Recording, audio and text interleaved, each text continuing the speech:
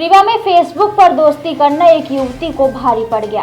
विश्वास की आड़ में युवक ने उसका शोषण किया। जब शादी की बात आई तो उसने किनारा कर लिया।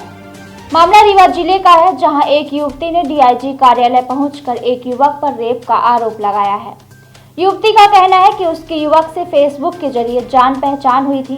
धीरे धीरे बातचीत बढ़ी और आरोपी ने प्रेम जाल में फंसाकर उसे अनंतपुर स्थित अपने घर बुलाया, जहां शादी का झांसा देकर युवक ने शारीरिक संबंध बनाए। पीड़िता ने यह भी बताया कि उसने पूरी घटना की जानकारी आरोपी की बहन को दी थी, लेकिन उसने कोई सहयोग नहीं किया।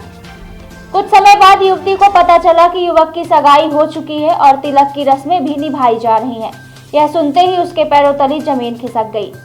प्यार में धोखा और अपमान की पीड़ा से आहत युवती ने डीआईजी ऑफिस पहुंचकर न्याय की गुहार लगाई है। युवती का आरोप है कि वह जब आरोपी के गांव लालगांव पहुंची तो युवक के परिजनों ने, रिश्तेदारों ने उसे धमकाया और चुप रहने का दबाव बनाया। फिलहाल पुलिस ने शिकायत दर्ज कर ली है और मामले की जांच शुरू कर दी है। पुलिस ने अब इस गंभीर मामले की पड़ताल कर रही है। पीड़िता की शिकायत के बाद पूरे मामले को लेकर जांच तेज कर दी गई है। जल्द ही आरोपी को तलब कर पूछताछ की जा सकती है। वहीं पीड़िता ने प्रशासन से सुरक्षा की भी मांग की है। मैं अभी डीआईजी ऑफिस में आई हूँ। आरोपी अर्पित कुमार मिश्रा के बारे में बताने के लिए मैंने 27 मई को थाना विश्वविद्यालय में उसके नाम की एफआईआर दर्ज करवाई है, लेकिन अभी तक की कोई कार्रवाई नहीं हो पा रही है। मैंने 376 उसके ऊपर खिलाफ धारा लगी है, तो उसकी मैंने कंप्लेंट की है, बट लेकिन मुझे पुलिस वालों की तरफ से अभी तक की कुछ बताया नहीं जा रहा है। उसका नंबर सिर्फ ट्रेस लोकेशन के लिए दिया है। बोलते जब ट्रेस हो जाएगा तो आपको बता देंगे, हम अपना काम खुद करते हैं और हमको जब आपकी ज़रूरत पड़ेगी तो हम आपको खुद ही बता देंगे, ऐसा वो कह रहे हैं। दुष्कर्म किया, कैसे जुड़ी आप, किस तरह से झांसा दिया और कैसे पूरा ये घटनाक्रम चला? सर 2 महीने पहले जैसे 2023 में मार्च महीने से हम लोगों की फेसबुक के माध्यम से बात हुई थी। फिर उसके बाद में मैं मई मंथ में उससे मिलने के लिए रीवा आई थी। फिर जब वो मुझे फर्स्ट टाइम अपने घर लेके गया था तो उसके घर में अनंतपुर में वो रहता है, रीवा उसका खुद का घर है, तो वहाँ पे फर्स्ट टाइम उसने मेरे साथ में 14 मई 2023 को जोर ज़बरदस्ती की थी। और वो प्रॉपर रहने वाला लालगांव का है, उसकी पूरी फैमिली लालगांव में रहती है। तो अभी तक के पुलिस वालों की तरफ से भी मुझे कुछ पता नहीं चल रहा है। दुष्कर्म किया, क्या शादी का झांसा दे रहा था क्या? फर्स्ट टाइम एक्चुअली उसने मुझसे कुछ पूछा ही नहीं, कुछ नहीं। मैं जब यहाँ आई थी मैं किसी को जानती नहीं थी, उसके घर पे रुकी थी, मैं अलग बेड पे सोई थी, वो अलग था। अचानक से वो उठ कर आ गया रात में और वो स्टार्ट हो गया।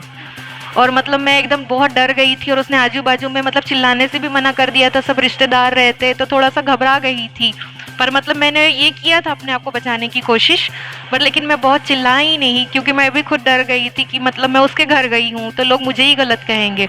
पर इस बात की जानकारी मैंने कुछ दिन के बाद में उसकी सिस्टर को दी थी कि उसके भाई ने मेरे साथ ऐसा ऐसा किया है करके।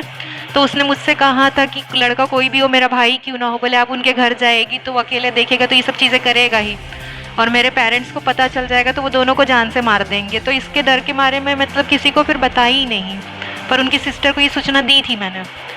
और मैंने अभी 2 साल से फिर उसका मेरे घर में लगातार आना जाना रहता था। रात में भी कभी आता था, रात भर रुकता था, दिन में आता था। आस पड़ोस सबको पता है ये सब चीज़ें, और उसी के वजह से मुझे घर खाली करना पड़ता था, क्योंकि वो आता जाता था। तो आपको शादी के आश्वासन? जी। उसने हमेशा मुझसे ये कहा था कि मुझे आपसे शादी करने में कोई आपत्ति नहीं है, और आप मुझे इतना मेरे प्रोग्राम को की समझती है, तो आपसे शादी करके तो मुझे बेनिफिट ही है कि आपके साथ करूँगा शादी तो अच्छा रहेगा। ये सब चीज़ें कहता रहता था। आप दोनों के बीच में अचानक ऐसी कौन सी चीज़ें निकल के सामने आई कि दूरियां बढ़ गई और मामला थाने तक पहुंच गया? सर 2 साल तक ऐसा कभी कुछ नहीं हुआ। उसकी जब शादी जुड़ी अभी, तो जैसे मई मंथ में ये चीज़ें हुई, तो उसमें थोड़ा सा परिवर्तन आने लगा कि वो बार बार गाँव जाना, और मुझसे जैसे हमेशा हर चीज़ शेयर करता था, अब बताता नहीं था। तो मुझे एक डाउट सा हो रहा था कि कुछ तो बात है जो मुझे वो बता नहीं रहा है करके। तो मैंने बाहर से जो भी संगीत फील्ड से हमारे जुड़े हुए लोग थे, तो सबसे कॉल करके पूछने की कोशिश की, पर उसने सबको बता के रखा था ये चीज़ कि मुझे ना बताया जाए करके। पर लेकिन मैंने बहुत इंक्वायरी करने के बाद बाहर से, जैसे मैरिज गार्डन वगैरह से मुझे थोड़ा सा पता चला, तो डेट कंफर्म हुई मुझे कि 26 तारीख का उसका तिलक है लालगांव में उसके, और 5 जून की शादी है कृष्णा गार्डन में रीवा से।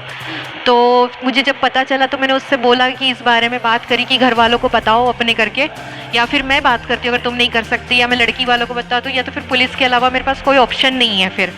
तो उसने मुझसे वक्त मांगा 25 तारीख को तक कि उसने मुझे लास्ट टाइम मतलब मैं 25 को पहले एफआईआर करने गई थी, तो उसने मुझसे कहा था कि मत करना एफआईआर वगैरह, बोले मैं घर वालों से बात कर रहा हूँ, कुछ तो सोल्यूशन निकालते हैं और मैं आता हूँ, आज ही आता हूँ या मैं कल तक के तुम्हारे पास आता है। एक दिन का वक्त मुझे वक्त मांगा उन्होंने।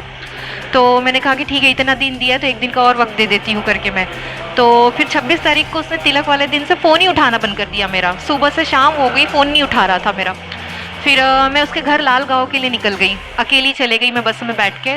पर ये चीज़ की सूचना उन लोगों को थी कि मैं आ रही हूँ करके, तो उसने अपने बुआ के लड़के प्रयाग मिश्रा और उसी के एक दोस्त क्षितिज नाम के लड़के को भेजा, जिन्होंने जहाँ से बस रुकती है वहीं से मुझे कार में बिठाया और थोड़ा सा आगे ले जाके उसी के घर के पास एक मैदान था, वहाँ पे बैठकर वो लोग मतलब मुझसे समझाने लगे कि उसकी बदनामी हो जाएगी, ऐसा है, मतलब जो भी चीज़ें हैं तो छोड़ दीजिए, ऐसा वैसा करके। तो फिर मैंने कहा एफआईआर होने के बाद क्या उस परिवार द्वारा अभी भी धमकियाँ दी जा रही हैं? जी, मेरे जो बयान है, मेरी पड़ोसी है जो यहाँ पे अभी रहती है, तो उसने मुझे बताया था कि वो कह रहे हैं कि मतलब अर्पित ने मतलब बोला है कि मतलब तुमने क्यों गवाही दी, अपनी गवाही वापस ले लो करके, ये सब चीज़ें बोली जा रही है। सर ये लोग मतलब इनके जितने भी रिश्तेदार हैं, जैसे इसके चाचा का फ़ोन आया था मुझे, उसके वो जो बुआ के लड़के वगैरह हैं, इन लोगों ने मुझे कॉल किया था। उन्होंने गाड़ी में बैठकर भी मतलब मुझसे चीज़ें कही थी कि अगर हमारे घर वाले आपको देख लेंगे, बोले लाल गाँव में, तो बोले आपके छोटे छोटे टुकड़े कर कर आपको मार देंगे, पता भी नहीं चलेगा कब वाटरफॉल में फेंक दिया आपको करके। तो ये सब चीज़ें मतलब लोग बोल रहे थे।